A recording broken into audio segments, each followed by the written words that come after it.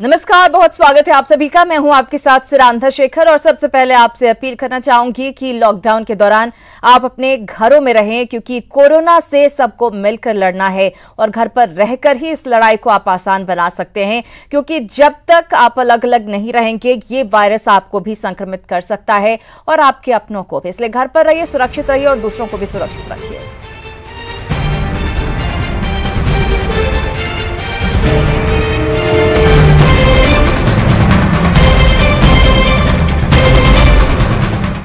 और आइए अब जान लेते हैं कोरोना पर देश भर से क्या कुछ खबरें सामने आ रही हैं। भारत में कोरोना के कुल मामले अब 8,356 हो गए हैं, तो पॉजिटिव केस की संख्या जो है वो बढ़ती हुई नजर आ रही है। वहीं स्वस्थ होने वाले मरीजों की संख्या भी बढ़ रही है। 716 मरीज ऐसे हैं जो कि ठीक हो चुके हैं कोरोना से, जो संक्रमित हुए थे। वहीं 273 लोगों की मौत कोरोना की वजह से अब तक पूरे देश भर में हो चुकी है। चलिए बिहार की बात करते हैं। बिहार में कोरोना के अब तक 64 मरीज सामने आए हैं, जिनमें से 22 मरीज इलाज के बाद ठीक हो गए हैं। वहीं एक शख्स की कोरोना की वजह से मौत हुई है। तो 64 कुल आंकड़ा ये बिहार का है। तो हम आपको बता दें कि लगातार जो है पॉजिटिव केस सामने जरूर आ रहे हैं, लेकिन राहत ये खबर दे रही है कि जो ठीक होने वालों का आंकड़ा है वो भी बढ़ रहा है। और कोरोना पर देश भर का हाल जरा विस्तार से आपको बताते हैं। देश में 8,356 लोग अभी तक संक्रमित हो चुके हैं। कोरोना की वजह से 273 लोगों की मौत हो चुकी है। पिछले 24 घंटे में 34 मौतें हुई हैं भारत में कोरोना की वजह से। 24 घंटे में 909 पॉजिटिव केस भी सामने आए हैं कोरोना के, तभी आंकड़ा इतना ज्यादा बढ़ गया है। और सबसे ज्यादा जो प्रभावित राज्य महाराष्ट्र है, जहां पर 1761 संक्रमित मामले सामने आ चुके हैं। महाराष्ट्र में कोरोना से सबसे ज्यादा 127 मौतें हो चुकी हैं। वहीं देश के हर 5 संक्रमितों में से एक जो है वो महाराष्ट्र का बताया जा रहा है। राजस्थान की बात करें, यहां पर 51 नए पॉजिटिव केस सामने आ चुके हैं। वहीं मुंबई के धारावी में अब संक्रमितों की संख्या 15 पर पहुंच गई है। सार्वजनिक स्थानों पर थूकने पर अब पूरे देश भर में रोक लगा दी गई है। पहले कुछ राज्यों में लगाई गई थी। सभी केंद्रीय मंत्री कल से मंत्रालय में अब काम संभालेंगे। वहीं बिहार की बात करें, यहां पर कोरोना पॉजिटिवों की संख्या जो है वो बढ़कर 64 हो गई है। पिछले 24 घंटे में 4 पॉजिटिव केस सामने आए हैं बिहार में। वहीं हम आपको बता दें कि नवादा में इनमें से 3 पॉजिटिव केस सामने आए हैं, यानी कि नवादा में भी आंकड़ा बढ़ रहा है। बेगूसराय में अब तक 7 मरीज कोरोना के सामने आए हैं। वहीं अब तक 6,250 लोगों की जांच बिहार में की गई है। हम आपको बता दें कि आज से बिहार के सभी सरकारी अस्पताल खोले जाएंगे ताकि आम लोगों को भी राहत मिल सके। पटना एम्स में अगले सप्ताह से कोरोना की जांच भी हो सकेगी। सीएम नीतीश कुमार ने एक बार फिर से अपील की है कि कृपया करके अफवाह पर ध्यान ना दें। एनडीआरएफ की 15 सब टीमें प्रदेश भर में तैनात की गई हैं ताकि लॉकडाउन का पालन कराया जा सके, लोगों को मदद मिल सके। ईसीआर और के ने 269 डिब्बे आइसोलेशन वार्ड के बना दिए हैं। पूरे विश्व भर की बात करें तो विश्व में 16,85,000 अब हो गई है संक्रमितों की संख्या। 1,02,000 से ज्यादा लोगों की मौत कोरोना की वजह से हो चुकी है। कल एक दिन में 7,500 लोगों की जान कोरोना की वजह से गई विश्व भर में। अमेरिका में सिर्फ 5,33,000 कोरोना पॉजिटिव केस सामने आ चुके हैं। अमेरिका में 20,500 लोगों की मौत हो चुकी है। इटली से भी ज्यादा मौतें अमेरिका में हो गई हैं। स्पेन में 1,63,000 लोग पीड़ित हैं। 16,000 लोगों की मौत हुई है। इटली में 1.5 लाख केस सामने आए हैं। 20,000 लोगों की मौत कोरोना की वजह से यहां हो चुकी है।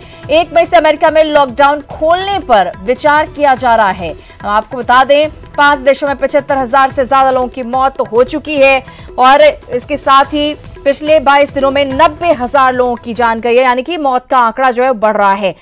अब बिहार में अब कोरोना संक्रमितों की संख्या 64 हो गई है। आइए बताते हैं कि बिहार के किस जिले में कोरोना के कितने संक्रमित मरीज मिले। आप देख सकते हैं तस्वीरों के जरिए। बिहार के सीवान में सबसे ज्यादा मामले सामने आए। हॉटस्पॉट है यह जिला।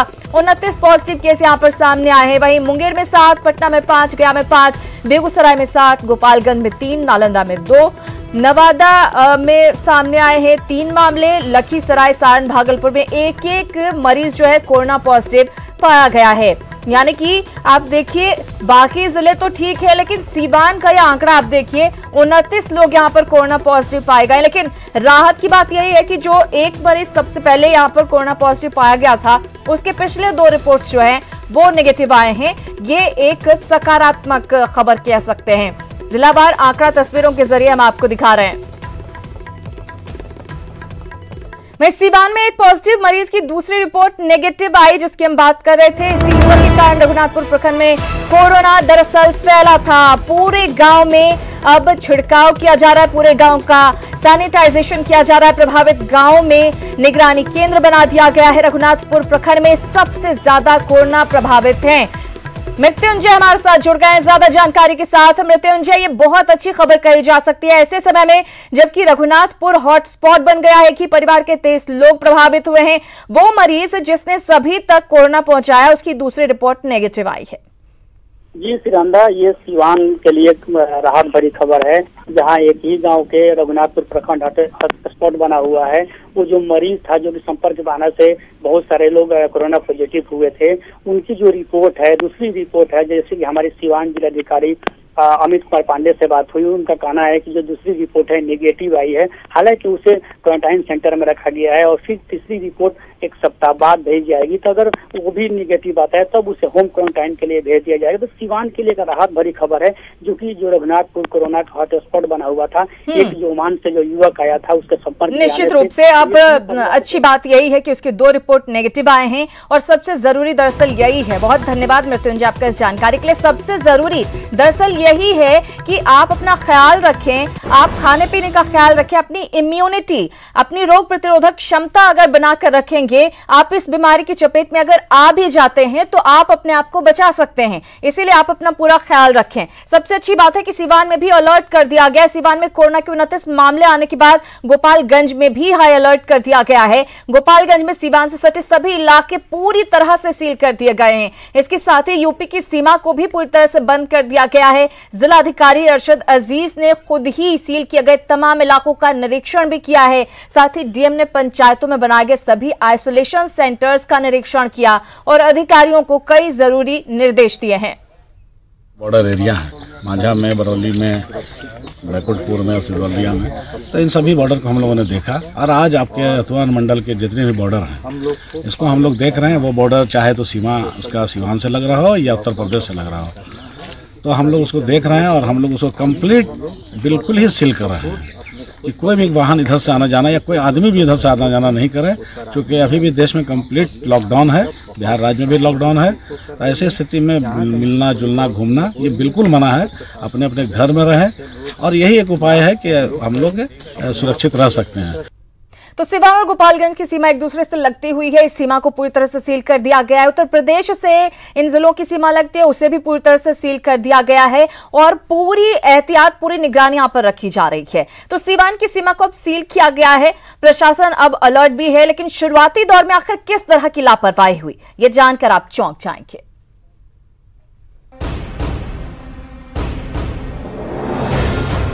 ये है सीवान का रघुनाथपुर प्रखंड।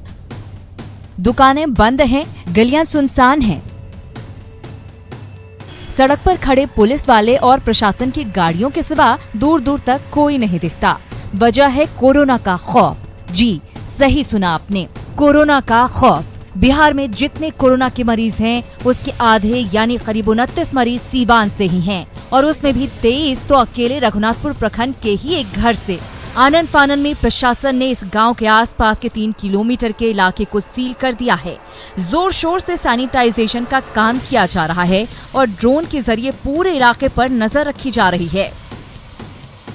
हाँ, सैंपल सबका लिया जा रहा है। जो क्लोज उनके परिजन थे, करीब 33-34 थे वो लोग, तो उनका तो सैंपल चला गया है, उसका तो टेस्ट हो चुका है। इलाका में रिजल्ट अभी तक नहीं आया है, लेकिन टेस्ट हो गया। इलाके को क्या सील कर दिया गया है? कितने किलोमीटर तक? बिल्कुल। हम लोग 3 किलोमीटर का जो SOP कहता है कि 3 किलोमीटर के अंदर हम लोगों ने कंटेनमेंट जोन बनाया है, जिसके अंदर हम लोगों ने करीब 12 बैरिकेड्स बनाए हैं।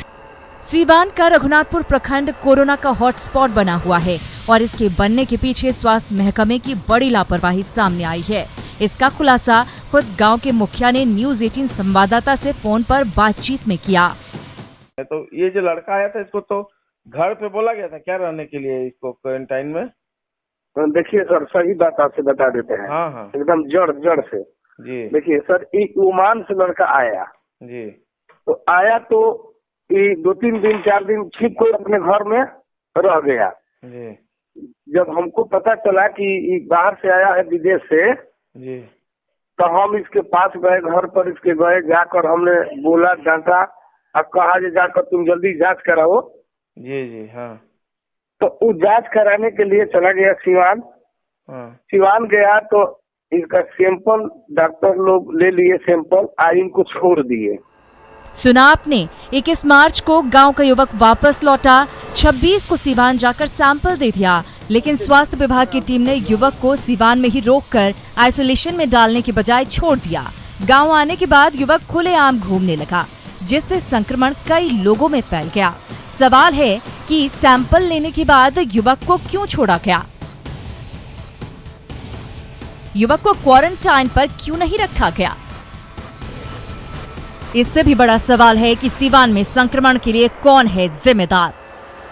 क्योंकि अगर प्रशासनिक अधिकारियों ने सक्रियता दिखाते हुए युवक को सिवान में ही आइसोलेशन वार्ड में भर्ती करा दिया होता तो शायद संक्रमण का खतरा इतने बड़े इलाके में नहीं फैलता।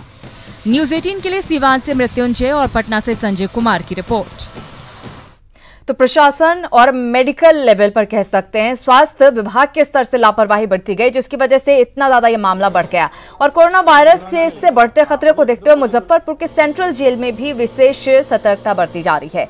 वायरस के संक्रमण से निपटने के लिए जेल के गेट पर सैनिटाइजिंग टनल बनाया गया है, जिससे गुजरने के बाद ही किसी को जेल में प्रवेश करने की अनुमति होगी। सैनिटाइजेशन टनल का जायजा लिया न्यूज़ 18 संवाददाता सुधीर कुमार ने।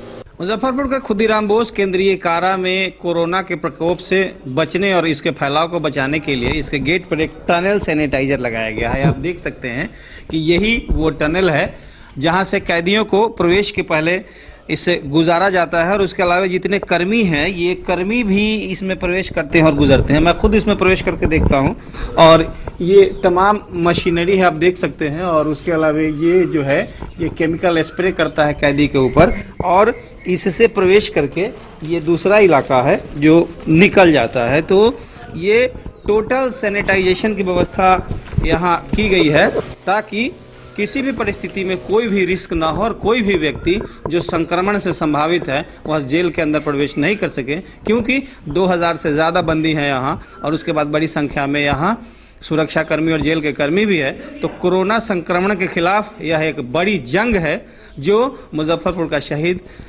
खुदीराम बोस केंद्रीय कारा लड़ रहा है। सुधीर कुमार, न्यूज़ 18, मुजफ्फरपुर। नेपाल के वीरगंज से बड़ी खबर मिल रही है। यहाँ पर 3 कोरोना पॉजिटिव पाए गए हैं, और ये तीनों पॉजिटिव मरीज जो हैं वो भारतीय नागरिक बताए जा रहे हैं। तो नेपाल के वीरगंज में 3 कोरोना पॉजिटिव मामले सामने आए। तीनों पॉजिटिव मरीज भारतीय नागरिक बताए जा रहे हैं। हम आपको बता दें इनमें से 2 जो है उत्तर प्रदेश के हैं और 1 दिल्ली का निवासी बताया जा रहा है।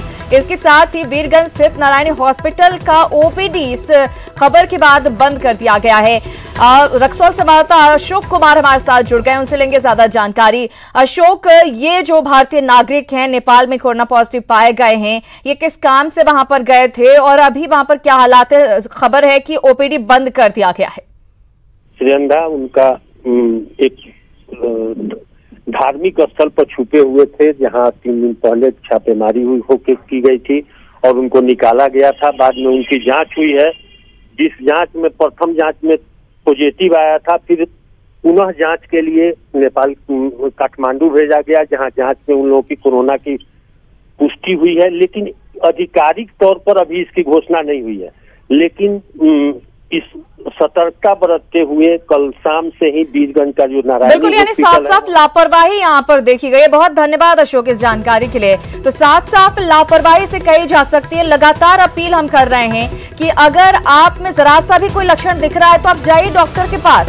आप इस तरह से छुप कर रहेंगे तो अपनी मुश्किल भी बढ़ाएंगे, दूसरों की मुश्किल भी बढ़ाएंगे। कुछ यही हुआ है, धार्मिक स्थल पर छिपे हुए बताए जा रहे हैं लोग, और उसके बाद इन्हें जब जानकारी मिली है तब हॉस्पिटल ले जाया गया है। फिलहाल ओपीडी सेवा हॉस्पिटल की बंद कर दी गई है वीरगंज में, जहां ये मामला सामने आया है। इधर हम आपको बता दें, तबलीगी जमात की वजह से देश में तेजी से संक्रमण बढ़ा है, और इसी वजह से तबलीगी जमात से जुड़े लोगों को प्रशासन ट्रेस करने में जुटा है ताकि संक्रमण को कंट्रोल किया जा सके। मुजफ्फरपुर और पूर्णिया में भी सैकड़ों ऐसे जमाती हैं जो अब तक ट्रेसलेस हैं। से जुड़े हुए जिन लोगों की सूची मुजफ्फरपुर में जिला प्रशासन और स्वास्थ्य विभाग को दी गई है, उसमें से अभी भी 108 लोगों का पता नहीं चल सका है। स्वास्थ्य विभाग यह कोशिश कर रहा है कि स्क्रीनिंग कर उन तमाम मामलों का पता कराया जाए और उनके स्वास्थ्य की जांच की जाए और जो शेष लोग बचते हैं उसे क्वारंटाइन किया जाए।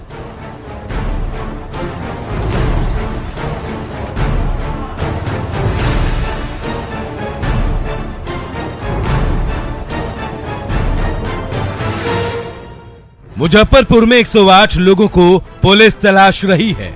इन 108 लोगों के मोबाइल का लोकेशन दिल्ली के निजामुद्दीन मरकज से ट्रेस किया गया था। वैसे तो मुजफ्फरपुर के 248 लोग मरकज गए थे, लेकिन 140 लोगों को ट्रेस कर लिया गया है। इनमें से 87 तो दिल्ली में रहते हैं और बाकी 53 लोगों को होम क्वारंटाइन पर रखा गया है। जिला प्रशासन ने 108 लोगों का पता लगाने के लिए अब पंचायत और प्रखंड स्तर तक पुलिस को लगा दिया है।